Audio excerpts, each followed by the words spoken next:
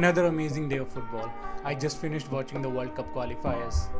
And wow, first of all, give round of applause for all the teams that participated for providing such an amazing games. And wow, all 4 matches were like really good. And first of all, we're gonna talk about the shock and banger of the day. Italy versus North Macedonia. North Macedonia knocked out Italy. Yes, I'm saying that. North Macedonia knocked out Italy. The Euro 2020 winners Italy are knocked out of the World Cup. They're not gonna be there. I mean, everybody, every pundit, everybody was talking about Italy or Portugal. One of them will miss the World Cup because everyone was writing off North Macedonia. That for sure Italy will beat North Macedonia and then play either Turkey or Portugal in the final playoff game. But no, here comes North Macedonia with their thug life. They said, hold on a minute, we're still there, we'll take care of Italy. And what happened? North Macedonia scores. In the dying minutes, they end up and scoring a goal. I'm talking about North Macedonia's goal. What a goal. A screamer, a rocket of a finish from outside the box. If you hit a ball like 100 times, there's 1 or 2 chances that's gonna go in. So yeah, just watch that goal. Amazing finish. North Macedonia deserved it. And to beat Italy, to knock Italy out of World Cup, you needed something spectacular. And man, that was a spectacular finish. I was actually watching Portugal versus Turkey game at that moment. And the entire stadium went into roar. And I understood that upset is happening there. And when I switched the stream, I saw, oh my god, North Macedonia have really taken the lead in the dying minutes. And when an underdog scores in the dying minutes, it's really difficult for the other team. So this was a true definition of David versus Goliath. Goliath being Italy and David being North Macedonia. So, oh my god, what just happened? Italy, such a disappointment for them. So talented players they have and everything. They have a good coach. I think Mancini is a really good coach. But still, they got knocked out. And it's second time in a row they are missing the World Cup. World Cup 2018, no Italy. World Cup 2022, no Italy. So, and after winning Euro 2020, I mean, they just won the Euro. They were that strong in Euros. And what happened after that? After that, we saw a slump of form in their game, you know. And that, I think that started when they were beaten by Spain in the UEFA Nations League finals. I think it was 2-1 or something. After that, they have been having very bad games. And it was all going to be this way. That's why it was always a doubt that Italy gonna do it not. Talking about the game, Italy completely dominated the game, but domination is nothing. You have to score. If you're not able to put the ball in the back of the net, you can't do anything of the domination. And that's exactly what happened. That game was Italy's to lose, and they did lose it. And talking about the chances, they had a lot of chances, a lot of shots on target, but one chance comes to the mind when you talk about the game, that Berardi chance. The guy had open net and he flubbed his finish, and that was the game there. If that went in, I can guarantee you Italy was going into the final to play Portugal. But now things are different. And when we were talking about this fixture, Italy's World Cup game, I was talking about that missing Chiesa is a big loss not only for Juventus but for Italy themselves. And that actually happened. If Chiesa was at that same position as Berardi, that was a goal. And Chiesa is like such a nuisance for the defenders. But we can't live with what could have happened, what should have happened. What has happened? North Macedonia going forward. Disappointing for Italy. But on the other hand, for North Macedonia, this is the best result in their entire history. Just imagine this result can inspire so many generations of footballers from North Macedonia that will be coming up.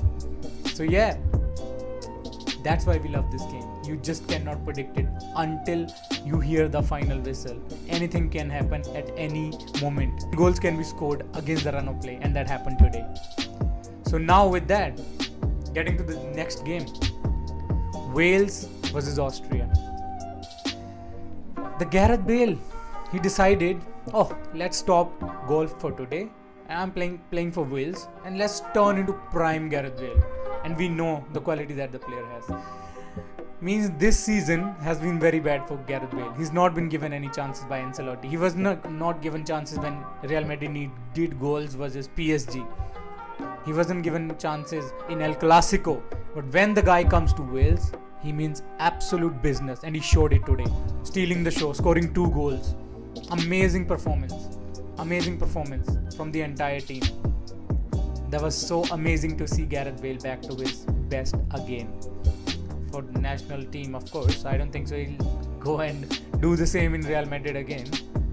But man, the guy has amazing quality. And if by chance you haven't seen his free kick today, his free kick versus Austria, go and see.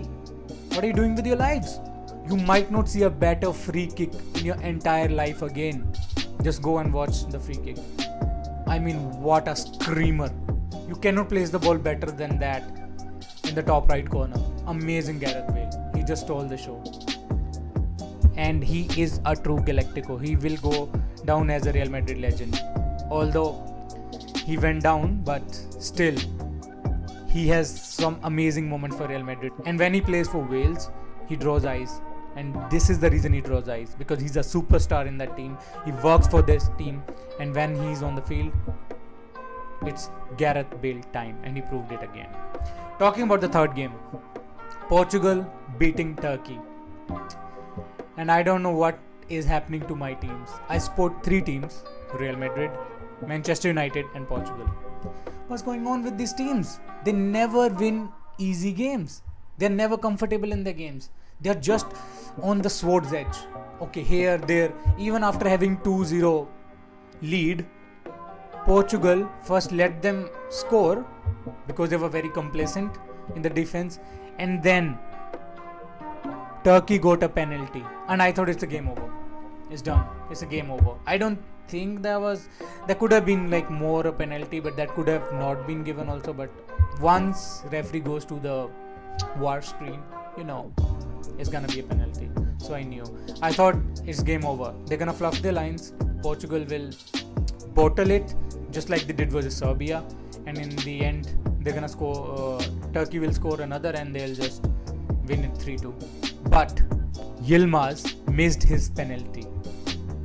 He missed his penalty among the jeers and boos from the Portugal fans. He could not be composed, and he missed his penalty and just skied it. And I have to give credit to the goalkeeper of Portugal as well. I mean, rookie goalkeeper, just a second cap for Portugal. And the guy judged the penalty very well. And that is the reason why Yilmaz missed. Because he saw the keeper diving the right way. So he wanted to be like extra precise to give keeper no chance. In doing that, he just misplaced it, put a lot of power. He was trying to, hit the ball over the goalkeeper, diving goalkeeper. But in doing that, he just put extra power and the ball just went over. And yes, that's exactly what happens in a high pressure game. So yeah, penalties are not easy to hit. Okay. Yeah. So Portugal, although it wasn't comfortable, now they can go to the final to face not Italy again, North Macedonia, and they still have a chance to qualify for the World Cup 2022. Which means Cristiano Ronaldo's dream is still alive to play his last, arguably the last World Cup. And talking about a youngster Otavia, I've never seen him playing, but today I saw him. The guy is magic. He reminds me of like prime Coutinho, the way he was playing. The guy scored an amazing goal. That was like a poacher's goal. He was the first to react, and he just did a very good finish to give Portugal the lead. Very vital goal. And then for the second goal, the ball he provided for Jota. Jota is an amazing player, but the ball was put on his head, and Jota did not miss. Very well done. This Portugal team, if they play well, and Diego Dallo, I have to talk about him. One of the worst right backs I've ever seen. His delivery into the box is absolute bad. I just don't know how he makes the Portugal team. So yes, I think the next match Cancelo will come back because he was suspended for this game, and that's going to be a huge boost for Portugal. But Portugal are now favourites to qualify for the World Cup. So I just hope they don't underestimate North Macedonia. Okay, that's the only drawback they can have, because North Macedonia is now dangerous. Okay, it is again a situation of David versus Goliath, but this time the Goliath has to be super careful, because this David has already knocked out one Goliath. So yes, that's gonna be very exciting game. This is gonna be very nervy game, I guess. Either Portugal put it to bed in the first 60 minutes, or it's gonna be like, it's gonna go from 50-50 to, as longer the game goes, it's gonna be more favoring towards North Macedonia. So moving on to the fourth game. The game was goalless and there was not much in the game. I mean, it was still an entertaining game, but it went to the extra time, and in extra time I believe it was like in 110th minute, when Sweden scored, and they just are now going to the next round. There was amazing games today. All of them was so good. And disappointment for Italy, they're not gonna be there. But we all knew either Italy or Portugal, one of them were not going to be in the World Cup. And I thought it's gonna be like final playoff will be between Italy and Portugal.